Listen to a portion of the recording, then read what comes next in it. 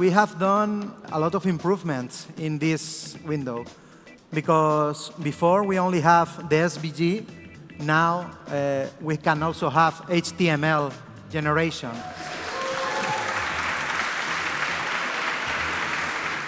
And with a single button, we can create a web page with all the HTML and the CSS. And I'll show you that it's just pasting here, everything.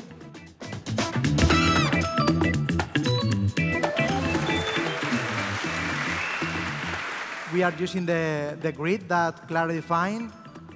Here it's the definition of the rows and the columns. Well, we did a basic layout for this presentation, but you can expect FR, percentage, all those units. Here you have it.